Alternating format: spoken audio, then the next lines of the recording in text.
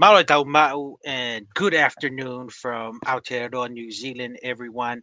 I am Mr. Aotearoa, coming straight from Aotearoa this Sunday afternoon. Everything's going well on my end. Tua, how's everything going on your neck of the woods?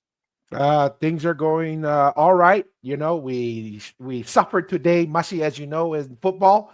We bled a I little. know. BYU's loss got manhandled by Texas Tech.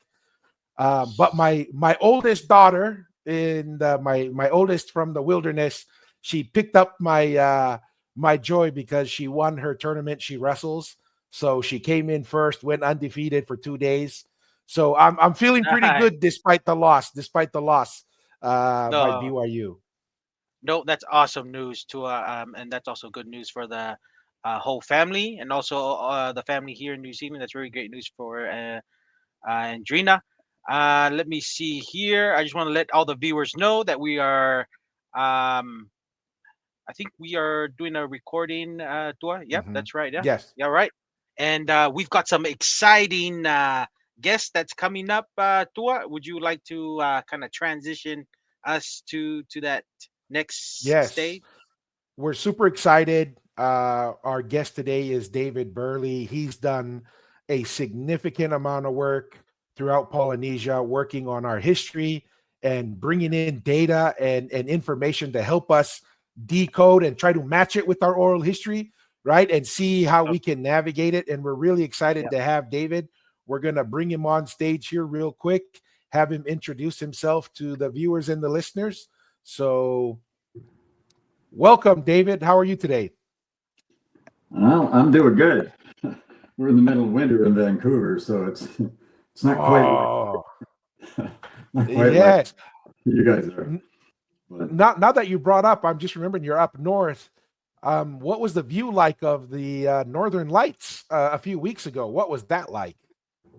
it's pretty hard to see northern lights when you've got mostly clouds and rain falling. Oh, But okay. So you guys didn't have clear skies. I've worked in northern Canada quite a bit, and so I'm quite familiar with the northern lights. They can be spectacular, absolutely Yes. spectacular. So. Yeah, we were blown away because we didn't expect to see it all the way down here in Las Vegas. I mean, that's how far it came down. Is we were able to see it Las Vegas, and so that was kind of an unusual event. But really want to introduce you to the viewers and the listeners, David. Kind of share where you are, obviously up north, but your background and what draw your interest to the little specks of land in the middle of the ocean. Well, I have to say they are little specks of land in relative sense.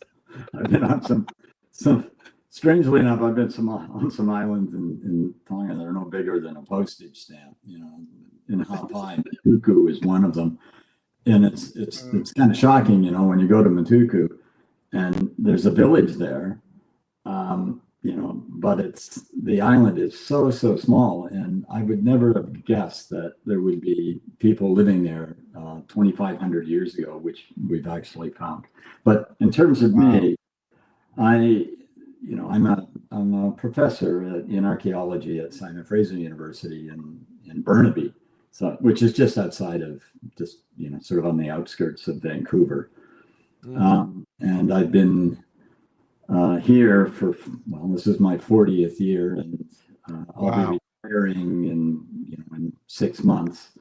But I've got other things. I guess you look at wow. retirement as kind of a new adventure, but I won't forget Tonga. Tonga, I've worked at in Tonga for well over 30 years. 30, I think I started there in 1989. Was Wow. my first visit to Tonga. So I've seen a whole lot of change. I've done an awful lot of research in Tonga in terms of Tongan archaeology, and I've probably been on, pretty much any island that people could have lived on, including a lot that they didn't live on as well. Mm. From one end of Tonga to the other, I'm from, even on some of the outer volcanoes. I've been on Ata back in the day, and Latte, and so on. So, um, in terms of how I got into Tonga, that's an interesting story. Really crazy. a set of coincidences that it's difficult to even fathom now. It happened so long ago, but I come from the east coast of Canada, not from the west coast where I'm at now, from New Brunswick. And I got into archaeology, I guess, late in my undergraduate work. I thought I was going to be a criminologist when I was doing my undergraduate degree at the University of New Brunswick. And I wound up getting a job in a prison and decided I didn't want to be a prison guard for a while. That'll convince you real quick, huh? It did. And so I had to find something else to do. It's a summer job, and I had taken an archaeology class from a guy out there, and I ran into him, and he offered me a job working in archaeology for the summer. And so ultimately, I said, "Oh well, yeah, sure, I'll take the job." And I've been doing archaeology ever since. So I did my undergraduate degree at the University of New Brunswick. I did a master's degree, so I worked throughout the Atlantic provinces in Canada. And then I came to Simon Fraser University in 1974 to do a PhD. And my PhD is actually it's locally, it's on the Northwest Coast Salish peoples. I did that in 3 years, and then went on to work for Parks Canada for a while, and was the Klondike National Historic Sites archaeologist, and did some battlefield archaeology for Parks Canada, and did a bunch of other, other kinds of things for the next little while. And then in 1985, I got hired by Simon Fraser to teach a field school and replace a person that was on leave at the time who had been in the hospital. So I came back here, and I was, faced with trying to find another job somewhere when this guy came back. And as it turns out, there was a retirement in the department, and the fellow that was retiring was a guy by the name of Richard Schuttler. And Richard Schuttler was a pioneer in oceanic archaeology. And so his position came up, and I wound up being hired into it, even though I had no background whatsoever. But Richard was an incredibly gracious individual, and he encouraged me strongly to sort of work in Polynesia. And, the rest is I had to find someplace if I was going to work in Polynesia, I had to find someplace to go. And we had a faculty member here in anthropology who had done his PhD in Vanuatu, and he suggested Tonga. So I went home and I did a little bit of, I got the atlas out. I wasn't exactly sure. I mean, I had a vague idea of where Tonga was located, but I had no idea there was 169 islands or 170 islands. So when I got hired, they have a policy here in the university that they give you a small grant to get started, get your research up and running. So I got this small grant, and in 1989, I went off to Tonga and arrived in Nukuleka. I had stopped in Honolulu on the way through and went to the Bishop Museum because they're worked by the Bishop Museum in Tonga. And back in the 1920s, the Bayard Dominic expedition by William McKern and Edward Gifford. And so I got a copy of the volume that McKern had written in archaeology. So I had this book, tiny little book, and I became a tourist. And I decided, okay, well, I'll find out if I'm going to be able to work in Tonga and what I want to do. So I took McKern's book and I started finding the sites that McKern had talked about in the book and recorded. And I went from Tongatapu up to Ha'apai, and then on to Vanuatu. And that was fantastic. I really enjoyed it. I knew nothing about Tonga before then. I knew nothing about Tongan culture, nothing about sort of Tongan people, and all the things that sort of make Tonga Tonga. And that year was really, truly a great introduction to me. And I came back, I wrote a grant proposal, and I've been pretty much working in Tonga ever since. So, and have done a lot of different things. The initial projects weren't related to what I ultimately spent most of my time doing. The initial projects were in Hapai. And I was really interested in looking at, the Tongan chiefdom sort of on the periphery. Nukuleka, or Lapita is sort of the center for the major historical period in Tonga in terms of chiefly power and complex society, those kinds of things. And so, you've got maps up here. Wow. Yeah. Yes, I just wanted to bring it up just so that people kind of view here. This is Tongatapu, so you're mentioning here in Lapita, right? Where a lot of the Langis are, and but you said you end up choosing Ha'apai. I chose Hapai. It was easy to choose Hapai, largely because the islands are small, they're easy to get around. This was in 1990, and what I had found in 1989 when I went to Hapai, very traditional. Even they had just gotten cable and wireless, for example. So the first telephones were finally in Hapai. Arriving. You had line to use them. There was only 4 of them in Pangai. You had to line up and to get a telephone and the outside world. But people were so friendly, so great and accommodating, and it had lots of incredibly important historical sites there that had a lot of meaning ultimately in terms of Tongan history. If you take Kolovalata, for example, was a site I did a large scale map of. Kolovalata being, what island is that on? That's in Lufuka. It's on Lufuka. Just outside of Pangai, and it's a major fortification, ring ditch fortification that Lafili Tonga, the last of the Tui Tonga, had. He wasn't Tui Tonga then, but he and Ta'awhao, the first king, who wasn't the first king then, he was Tui Hapai. They plotted out pretty good at Kolovalata. And the naval base there today is still called Valata. So it sort of has a historical landscape.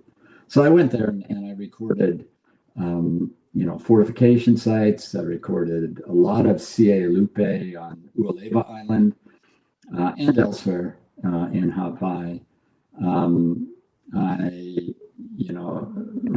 We looked at Mala'ilahi on Hano.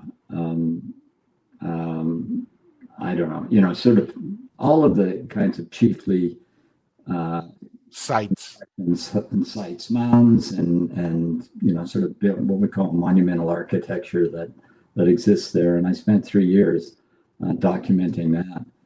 And what I was trying to do was look at how, what was it like on the periphery of Hapai? And Hapai was really interesting in that respect. So, I came back, and then after that, I had a couple of years where I was working elsewhere, and I got involved with the thinking about, when I had done that work in Hapai, I began to find sites, archaeological sites along the coast that had ceramics in them. In particular, had what we call Lapita ceramics. So they're very specific type of ceramics that have a distinctive decoration pattern. And we know from across the Pacific, and this was still pretty early in terms of our complete understanding of this Lapita phenomena, but we knew that these are colonizing sites. These are the earliest sites that you're going to find in Tonga, and I took a great interest in that, and I got additional money, and I went back and did another stint in Hapai, actually 6 years in Hapai. Wow. Well, I didn't realize you spent so much time in Hapai. Well, not full time 6 years, but I was doing. I mean, but going back and forth and doing work. Yes. Field seasons would be usually 2 months, 2.5 months long. When I had to come back here and teach, obviously, in Vancouver and do administrative work and other kinds of things. And I had other projects that I was working on as well. But I did 6 years there, and then I extended that down to Tongatapu, and I did a 3-year project in Tongatapu. We set up once we had some work done down there, we put the old museum, not the current museum, but there was a museum out in just opposite Viola Hospital. Oh yeah, the Tonga National Center. Yeah, is that what it was called? A building. One of the buildings there was set up as a museum by Princess Pita. She had sort of given it to her father for a birthday gift at one time. So we put in an exhibit there, and then when we did the exhibit, I realized, well, I haven't got anything from Vanuatu. So then I did another project in Vanuatu for 3 years, and then came back to Tongatapu and decided, okay, now we know what we're looking for. And I wound up at a place called Nukuleka, which is just on the opposite Nukulofa at the entrance to the lagoon. It's a tiny little fishing village. But the archaeology there is spectacular. And that's where I can say I'm 99% certain that the first site in Tonga, and because it's the first site in Tonga, it's the first site in Polynesia. This is where it all began. Fascinating.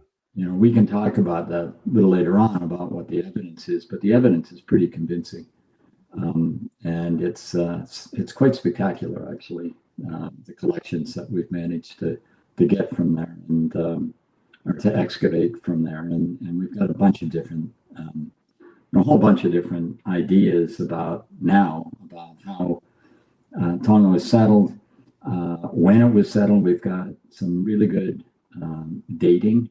Radiocarbon dating, but we're also using uranium thorium dating on coral artifacts that give us an even tighter time range. So we know exactly when it happened. In terms of Nukuleka, it's about 2,850 years ago, about 900, around 900 BC. Fascinating.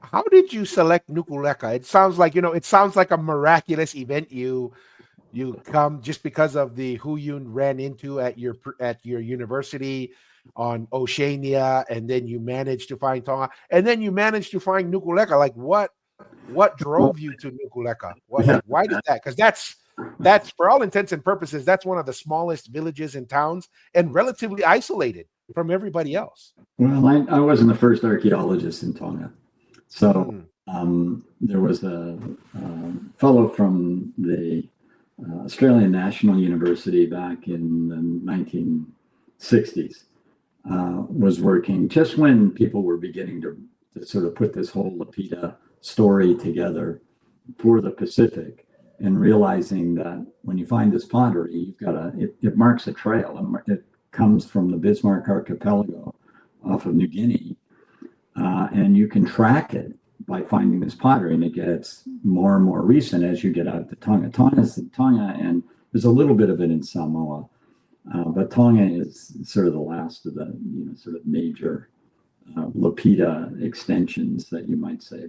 There is one site in Samoa, Molifenua. It's a later. The ceramics there are a little bit later than what we would find at Nukuleka. So we know that Samoa was probably, in terms of the first people in Samoa, the earliest people in Samoa. They're part of that extension northward, and we've been able to track this pottery and dates through Haupai into Vava'u, on the Tongatapu, and then ultimately extending as far as Samoa. I know the Samoans hate to hear that, but that's the way the archaeology sort of leans at the present time. So, but that's that's an interpretation, I guess, in all the thing with archaeology, you can never have the last word, but Yeah, I mean, like that's one of the things we go where the data and the ideas we like to use a combination of scientific information and oral history and kind of see how you can navigate it and see where it leads. Um, one other question I have, David, is what what were your assumptions going in to thinking what you would find, and then what you kind of eventually see now after you've done decades of work in Tonga? Like, what was kind of the biggest surprises you got through your journey? that's we I started out with what we call a research design. So I had problems that I wanted to solve. One, I mean, Tonga is, we know people had to arrive there somehow, where they came from, when they came from. Those are all questions that, I was trying to answer. We still haven't figured out exactly where they came from. I mean, we have a lot of knowledge about the peopling of the Pacific and where ultimately we can track it back to. I mean, the Tongan language is part of the Austronesian language family, so we know that ultimately the Austronesian language family developed in with indigenous peoples, not the Han Chinese, but indigenous peoples in Taiwan, and then there was this massive migration out of Taiwan of Austronesian speakers that went to the Philippines, and they went into, I mean, all over the place. The Austronesian language family is the largest of, probably the largest language family in the world. There's about 1,200 languages that fit in there, including Tongan. So, we had that kind of these basic questions, but I also was really interested in some more in terms of the early settlement. Really interested in terms of some more specific questions like, Tonga must have been, if you can think about Tonga 3,000 years ago, with no people on it, the fishery and the birds and, the endemic fauna, sort of all of the speciation that had happened in place. And, so I was really enthralled with trying to sort out, well, what was here? What did people bring with them? What did it look like? Yeah. What did it look like? And what impacts did these people have on, sort of on this untouched landscape? I mean, and so we had a bunch of questions. I had a bunch of questions like that. So, gradually, and then of course the timing, and the timing is critical. And so starting out, fortunately for me, I've been able to live and do archaeology at a time when we're making major scientific, technological breakthroughs, one of which has been just ever increasing, sort of improvements in radiocarbon dating, and then new dating techniques. And of course, all the research that we can now do on, with the snap of the finger. You don't have to spend hours and hours and hours in a library somewhere, their face in a book.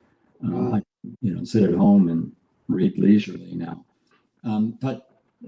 So I had all these questions, and so each part of that long project that went over 30 years, that's how long, we were looking at this question of origins, what I call the birth of Polynesia, because Tonga is where, Polynesia was born, basically. And, and if I'm right about Nukuleka is the birthplace of Polynesia. Yeah. Strange to think about that in terms of Nukuleka. I don't know if you've ever been there, but it's a little town. Yes. And pretty typical of most Tongan villages, but it's just so unassuming today that you think. Let's put it this way: if anything were to happen and come out of Nukuleka, everybody would be like, "What? That came from?" Like, I remember, I want to say 2004, 3. someone from Nukuleka won the Miss Heilala, right? One of their grandparents. And that was like the biggest news that ever, like Nukuleka had a whole feast party, because it's just like you said, it's so unassuming, right? It's barely above sea level.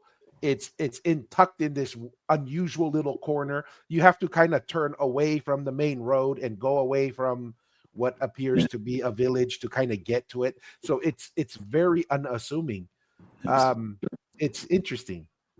But the other big thing in the work that we were doing, and we sorted this out, I wouldn't say quickly, but it took a while, is we had to figure out what the sea levels were at 3,000 years ago, and they're not the same as they are today. So 3,000 years ago, sea levels were actually higher than they are today, about 1.2 to 1.4 meters. So that was one of the first things. So I got a number of really great scholars involved in this work.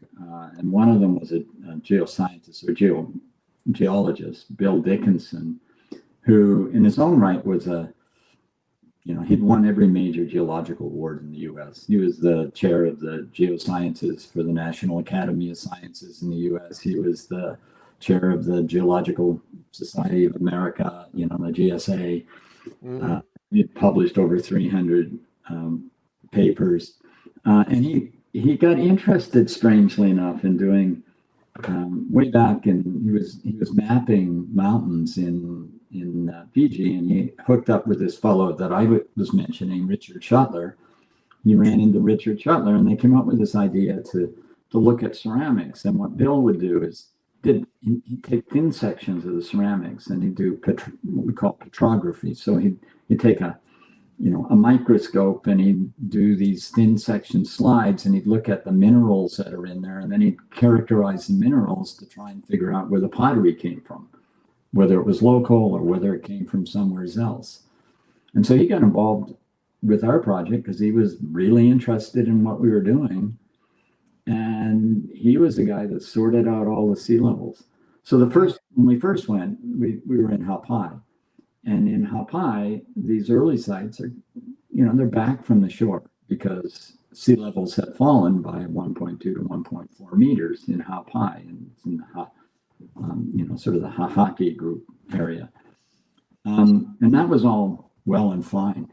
And so we know where the shorelines are. Now we can go look for these sites, because you can't follow the present shore. You got to figure out where the old shorelines are.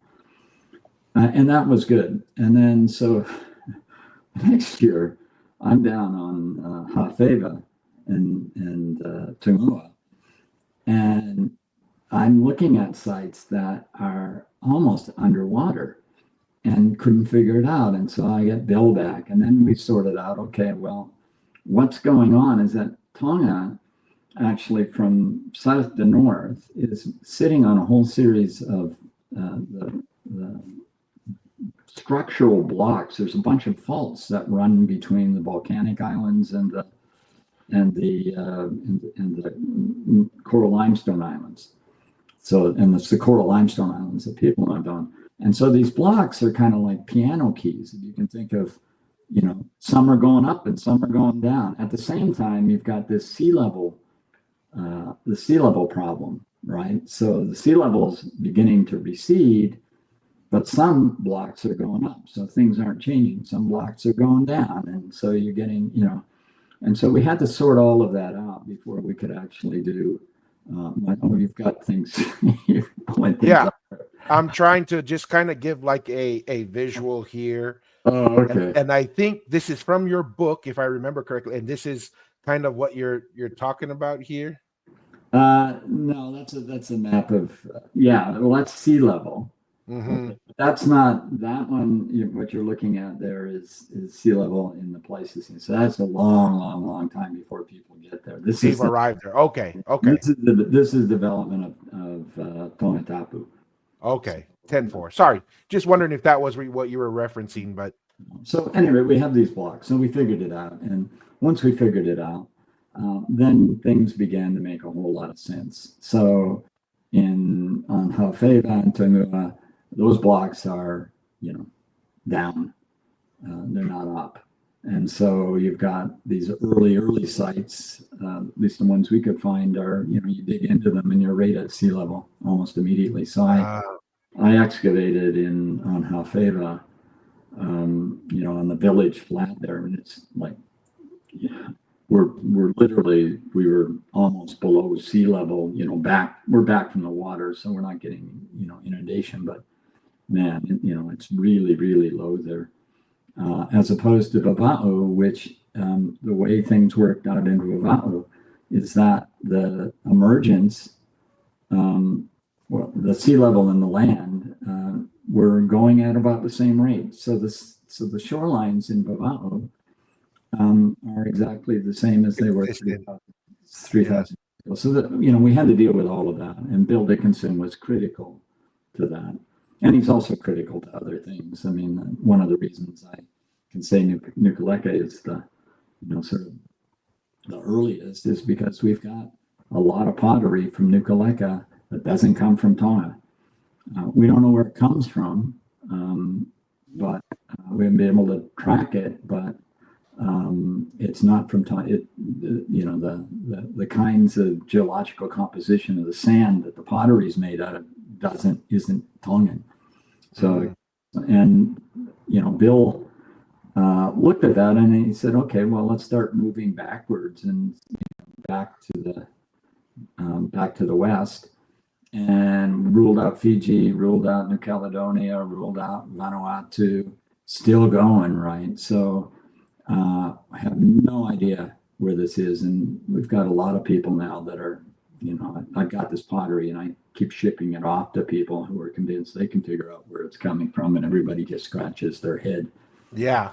If anybody wants to help find the source, here, go at it, But we do know what wherever it comes from, we do know what the geology of the island is, because we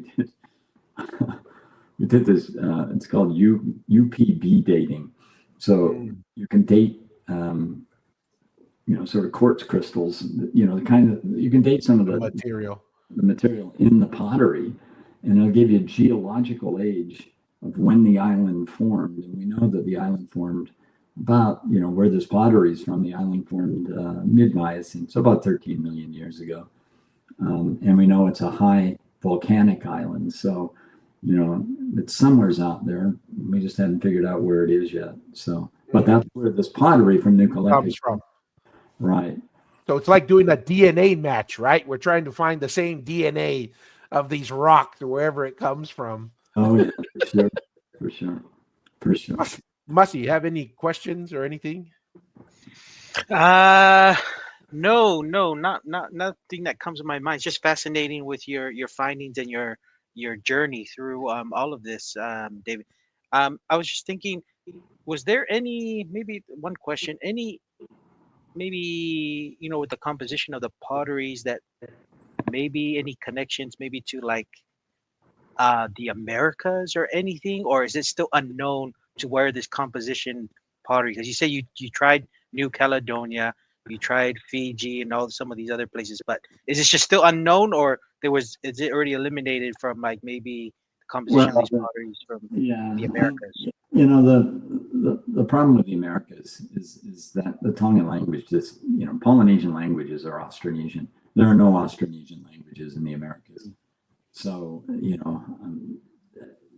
I have no idea how you could reconcile that, and that's one of the biggest problems of looking to the Americas, and the suite of plants that you have in Tonga, the agricultural plants, they all come from sort of islands, Southeast Asia, and so on. So everything, and we've got this track of what we call dentate stamp ceramics. So it's kind of like a tattoo needle.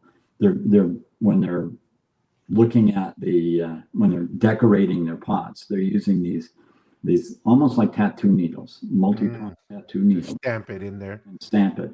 And so it comes out, and sort of these little dots come out, and they're quite intricate designs. And by the way, I should say the designs actually are still being used in Tonga on a lot of the Ngatu.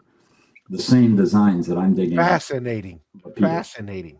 Yeah. No, there's a lot of continuity between, the Lapita period in Tonga and present day kinds of things. And I got a story I can tell you later on about a Lapita game that's still being played in the village of Nukuleka. Well, what is that? That's fascinating. Like, what is that game? And well, when we were digging at Nukuleka, there's two big sites on the peninsula at Nukuleka. There's in the village itself, which is where we excavated first. And this was the one that when we were talking about me finding it, I didn't find the site. This was a site that had been discovered in the 60s by this fellow from the Australian National University, Jens Poulsen. And he had done his PhD thesis in Tonga, and he spent about a month digging at what he called Moala's Mound. And he got this pottery, but we didn't, it was very didn't early. know what it was. Yeah. Nobody really had any idea of how to put it all together and so on. But he published his PhD, and I had a copy of it, and I could see that the Lapita pottery that I was digging up in Hapai was different, and it was much more cruder, and it was still Lapita. It still had the same, many of the designs, but it didn't have this really tight, fancy kind of pottery. And so that was why I went back and said, okay, we'll go to Nukuleka. And it was after, unfortunately, I went down to Canberra at the ANU and to look at the collections that Jens Poulsen had excavated, and I did, and I got a good introduction to them. And then, unfortunately, where they were storing this stuff, there was a bushfire outside of Canberra, and the collections disappeared in the fire. The warehouse burned down, and so as it turns out, I decided, okay, well, let's go back to Nukuleka and find some more, see what's going to happen. And so we did, and we went back to Nukuleka. So we get to Nukuleka, and everything worked out, sort of really good in that respect. So, and that's when we began getting this type of pottery that we call, it's got a white, it's if you look at the traditional, well, not traditional Tongan pottery, but Tongan pottery, pottery dies out in Tonga about 2,000 years ago. The manufacture of pottery about 2,000 years ago. But if you look at that pottery, it's very, it's got a lot of iron oxide in it. It's red, the paste is red, the pottery is red. They use red slips. It's very distinctive. This stuff is white. So you just look at it and it's not from Tonga. And that's why Bill Dickinson was so intrigued. Yeah. Because I had always heard that the Lapita pottery, whatever, was always red, that reddish kind of iron kind of look to it. Well, not all the way, not across the Pacific, but in Tonga it is. It's this red. Yeah, it's all red. And it's everywhere in Tonga. I mean, you can't walk anywhere on Tongatapu and not wander in and find it. There's tons and tons and tons of pottery. So yeah. We, so gradually we began to sort of put it all together with the sea levels and the pottery, and then we've got tons and tons of, the initial folks that showed up. Of course, they were in a pristine environment. So all of these sites have lots of, turtle bone. In fact, if I put a auger test into a site and it's got turtle bone in it, I'll know that it's almost the same as the Lapita pottery. There's, just a lot of turtle in the early period. And a lot of extinct birds. That one, I put that on the cover of the book. It's like a kupesi, almost looks like. Mm-hmm. Yeah. It's like, yeah. No, and it's got it does have a name, and it's still used today on Ngatu. And I put it on there just to emphasize that connection of Lapita to, sort of to contemporary Tonga. Things haven't changed much. That's what's fascinating. you know, well, it's changed a lot today. Yeah, as much has changed, but I mean, especially we have a series on William Mariner, Oh, yeah. and it's fascinating to me when it shows William Mariner. He says he's laying down. They just finished drinking kava, right? They're laying down and they're just thinking like they're gonna call it a night, right? And you have everyone laying down and then they're talking, and then the conversation kind of gets interesting. So what do? They say, hey, everybody wake up, everybody wake up. And then they have the conversation and they're having a great conversation. As the conversation dies down, they lay down. This is fascinating. And I'm bringing up this story, David, because this is firsthand experience how I would observe how my grandmother and her sisters would behave, right? Like we were little kids growing up, they would all sit there and they would just talk, right? They would talk, and then it would be like 11 o'clock at night. And then they would usually call one of us, say, hey, come turn off the lights. We're going to go to bed, right? And then they lay down, and you still hear them talking back and forth. Then they start laughing, and then they say, hey, someone come back here and turn on the lights. We're not done yet. So that just to prove the point, like you're saying, David, yes, a lot has changed, but so much has stayed the same at the Yeah. same time. It's Well, it's fascinating. let me tell you the story of this game. So Yes. we were excavating at Nukuleka, and we were digging up a lot of shell. Obviously, the incredible shellfish out there, Kaloa in particular, but other lots of other types of shellfish, not Kaloa, Kaloa. What is Kaloa, like the clam with the two shells. Yeah, and a lot of these had the hinge knocked off it, so they had a hole in it. And I'm looking at this. I know this game. I know. No, it's called Pita. Yes, where you hit. Yeah. So we're looking at this, and we've got hundreds and hundreds of these things, and we'd always interpreted them as net weights. So the hole is you knock off that little bit on your net, and maybe a throwing net, I don't know, whatever it might have been, and we just assumed that was the case. And we were getting hundreds of these things, and I was being very selective in the ones that I took, the ones with the perfect holes and stuff, right? And the crew that I had working, they were, I always have Tongan crews. Tongan crews are fabulous. They're the best. The only thing you got to do with the Tongan crew is you got to feed them. Well, not for feeding them this one, that's okay.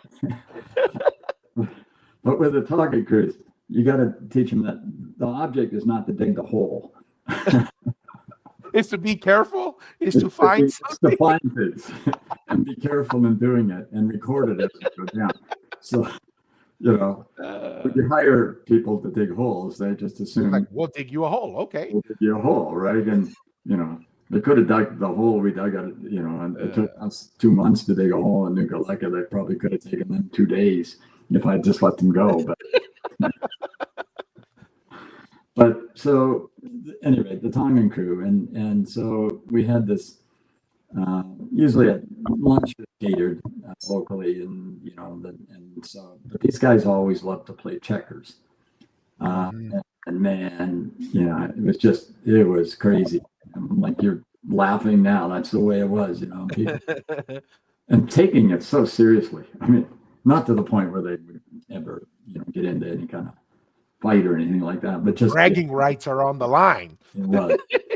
So one day they didn't have enough checkerboards, so a couple of the young guys working for us, they're sitting there and they're playing Pita, right? And I'm looking at this, and all of the shell looks exact that they were using, and they were actually using shell out of the stuff we were excavating. You're excavating the stuff that they probably shouldn't have been using for that. Well, that was okay. I can't keep, I you can't imagine how much shell we had, but wow. And I'm looking and I'm thinking, this is exactly the same stuff we're digging up.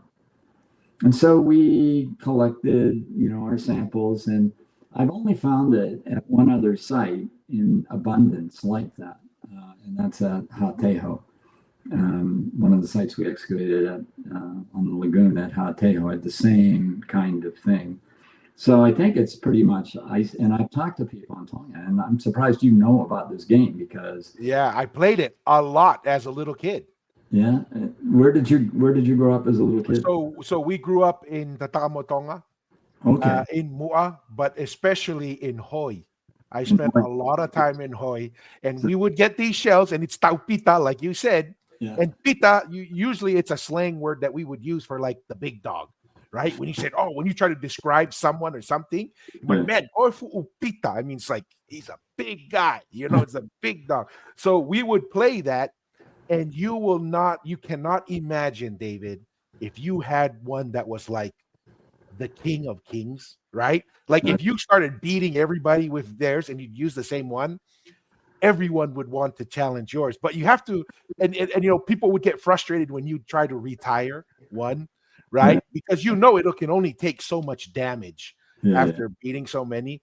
And people would be like, oh, you think yours is better? Well, Sione down the road, he has one that's cracked 15, and I don't think your Pita can survive his. So it was like big deal where it's like, oh my gosh, there's these two shells that are unstoppable. So it's the moment you said you saw the ends of them, that little high bump side with the openings, I said, I know exactly what you were talking about.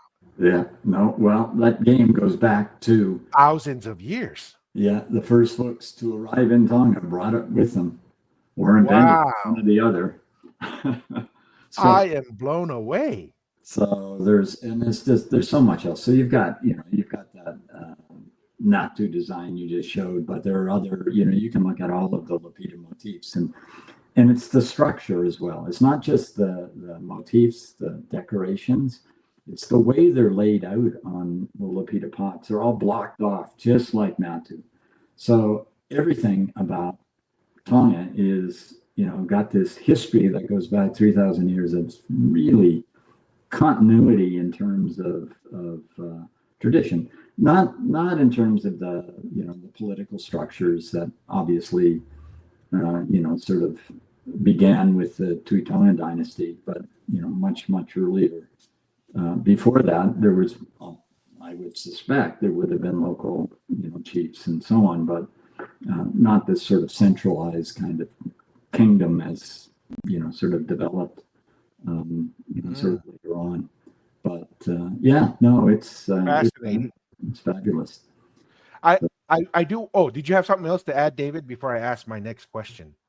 Not really. So we've been able to, the big question I have is, when we were doing the dating, it looks like Tongatapu was settled first. And then about 80 years after Tongatapu, people, and this doesn't mean they hadn't been to Apai or Vava'u or further north, but in terms of the sites up there and settlement, it's about 80 years later than what we've got on Tongatapu. But what's interesting about it, it happens instantaneously. So it's not, sort of an expansion from Hapai to Vava'u to Niuatopotapu. It's intentional. People are moving out to these islands, and so we've got these Lapita sites in Hawheva, on Tangua, all at the same time. Very quickly. Tongaleka in Pengai and Lufuka. We've got a site in Wiha. You go up into Vava'u, there's 4 or 5 sites we've recorded up in Vava'u. Niuatopotapu, same time period. And the site in Samoa, at Mulifanua, is the same time period. So, you've got this instantaneous sort of, so the Tongan political boundaries as we see them today, right? The kingdom's boundaries are pretty much established, within 100 years of first settlement in Tonga. And we know there's a lot of inter-island voyaging going on because in Niuatopotapu, there's an obsidian source. There's a bit of debate, about where exactly the the obsidian is coming from. It's probably from Tafahi originally, but I think there was an explosion, and so you got obsidian deposited on Tongatapu in one area, and it's small nodules. And obsidian, I don't know, it's a volcanic glass. This stuff, and it is one of the sharpest edges that you're ever going to see or ever going to find. I mean, it's so sharp, so it's valuable, extremely valuable, right, for cutting, and so it gets traded widely. And this is the case also across the whole Pita area. There's lots of obsidian in further east or further west in Vanuatu, and then when you get off into the Bismarck Archipelago, there's some major obsidian sources, and it gets traded. And the nice thing about obsidian is we can, using X-ray fluorescence, we can identify, if we know we have source samples, we can match the source sample. So we can, if we find it in an archaeological site, I can tell you where it comes from by using, X-ray fluorescence analysis. And there are other ways of doing that as well. And so we know that this Tongatapu obsidian is coming from Tongatapu back down through Tonga. So you've got these connections that are going on. Resources are moving around. Resources are coming back, and to a certain extent, we can also look at what's interesting is we can look at the connection with Samoa, not from obsidian, because we don't have virtually no Samoan obsidian, but what we do have is volcanic rock from Samoa, right? Basalts, basically, that you're using for topi, those kinds of things. And so the Samoan volcanics is quite different than Tongan volcanics. Samoan volcanics are hotspot volcanics, or Tongan volcanics are island arc volcanics. And they have a different geochemistry. And so I can tell, we just do geochemical analysis, and we can tell basalts. And so the big Samoan connection is in what we would consider to be the late period, the last 1,000 years or so. And man, a lot of Samoan stuff is coming into Tonga then, but not in this early period. There's virtually, I think I've got one piece of Samoan volcanic out of all the Lapita stuff. And I think it's, I'm not even sure it's in, it's associated with the Lapita stuff. So if you only got one piece, there's not a whole lot. So that Samoan connection drops off right at the, almost from the very beginning. And in fact, it's interesting in Samoa that there's been a debate in Samoa whether or not after that first Lapita settlement, Samoa may have been abandoned. It's just too far away from the rest of, where people are living, which is in Tonga, for the populace to actually be viable and stay there. And then almost immediately after this abandonment, then you've got another migration into Samoa from somewhere else. So there's still a lot of questions that need to be answered relative to Samoa and Tonga relationships. But fascinating.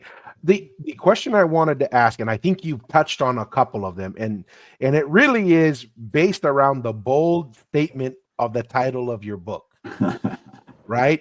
Because there is no question about what we think the position that's going to be expressed in your book, right? And your book is basically the birth of Polynesia, the archaeological journey through the kingdom of Tonga. And I've gone through certain parts of your work.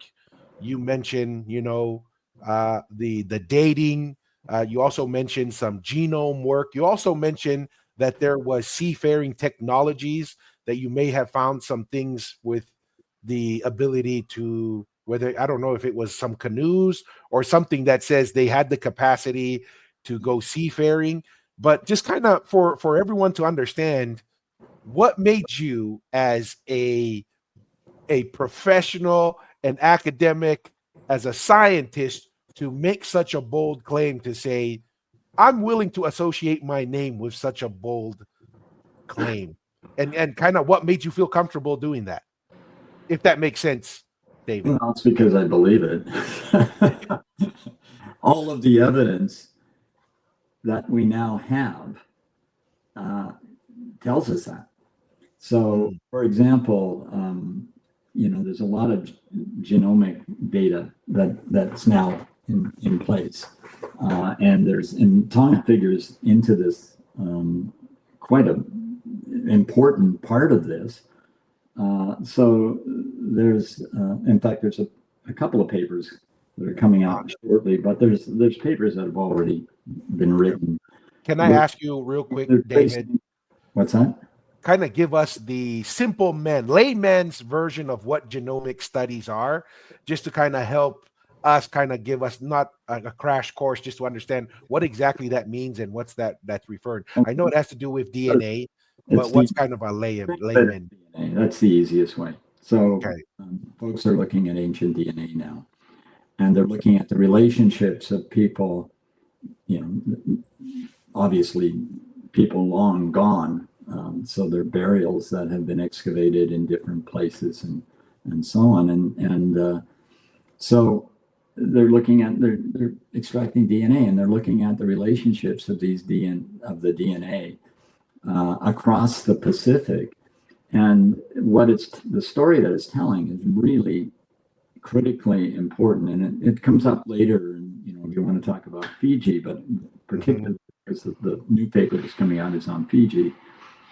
As a part of this whole picture, but the way it looks like the Austronesians move into the Bismarck archipelago sometime around 3,500 years ago, roughly, and then they begin to move further to the east, and so we've got Lapita. We can track that very clearly with Lapita pottery. And then they move into Vanuatu, and then they move into Fiji. And you'd think that, okay, well, you've got this progressive migration, and then you've got this problem because Tongans don't look like Fijians. And I've had, Yeah, I don't know how you would come up with such a simple conclusion, but I think I would agree with you, David. One of the first talks I gave in Tonga, I said, that people said, well, where do we come from? I said, well, probably from Fiji, because Fiji's got earlier dates, right? And more complex pottery, at least at that time, that I was finding. And everybody said, if you had said we'd come from Samoa, I might be able to believe that, And in fact, that's what, I can't remember that. His name was Tessie Wood-Ellam's father, right? He was a missionary, and he used to teach in Tonga High School, I think, or one of the schools, and he wrote a book that said Tongans came from Samoa, and everybody believed Tongans came from Samoa because that's what they were taught in school. Yes, I think like Putahelu and a lot of those kind of promoted that position. Well, yeah, Futa was a good friend, but at any rate, so getting back to the genomic, so we know that you've got this movement of these people, of these Lapita peoples, we'll call them. Obviously, you're the end product of the Lapita peoples, given everything that I've said so far. So we've got this movement out to Tonga, but there's this problem because Fijians don't look like Tongans. Vanuatu people don't look like Fijians nor Tongans. So what's going on, and what this DNA is now telling us is that there are multiple migrations. So there's, when these people move into the Bismarck archipelago 3,500 years ago, there are people living there. They're speaking Papuan, what are called Papuan languages, not a language family. It's just a big group of languages. It's really, really old. And they've been in that area in the Solomons for, 20, 30,000 years and 40,000 years. So they've been there a very, very long period of time. So these Austronesian speakers who are coming in as part of this Austronesian dispersal that I mentioned earlier, they show up and they're different, right? And they continue on. And so they move quickly through the Solomons, and they get out into the Solomon Outliers and the Reef Santa Cruz Islands very, very quickly. And what happens is when they do that, it's pretty easy to, sort of sail through the Bismarck Archipelago. You can see islands on the distance. Once you get out to the outliers, right?